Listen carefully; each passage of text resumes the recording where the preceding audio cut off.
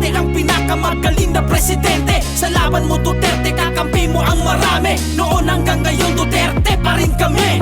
Duterte pa rin kahit na ano man ang mangyari. Duterte ang pinakamagaling na presidente. Sa laban mo Duterte, kakampi mo ang marami. Noon hanggang ngayon Duterte pa rin kami. Pinakamagaling na naging presidente ng Pinas. Ngayon ay pinagtutulungan ng kampo ni Satanas. Mga walang ibang hangad kundi sa trono maupo. Para sa posisyon ay handa na makipagbuno.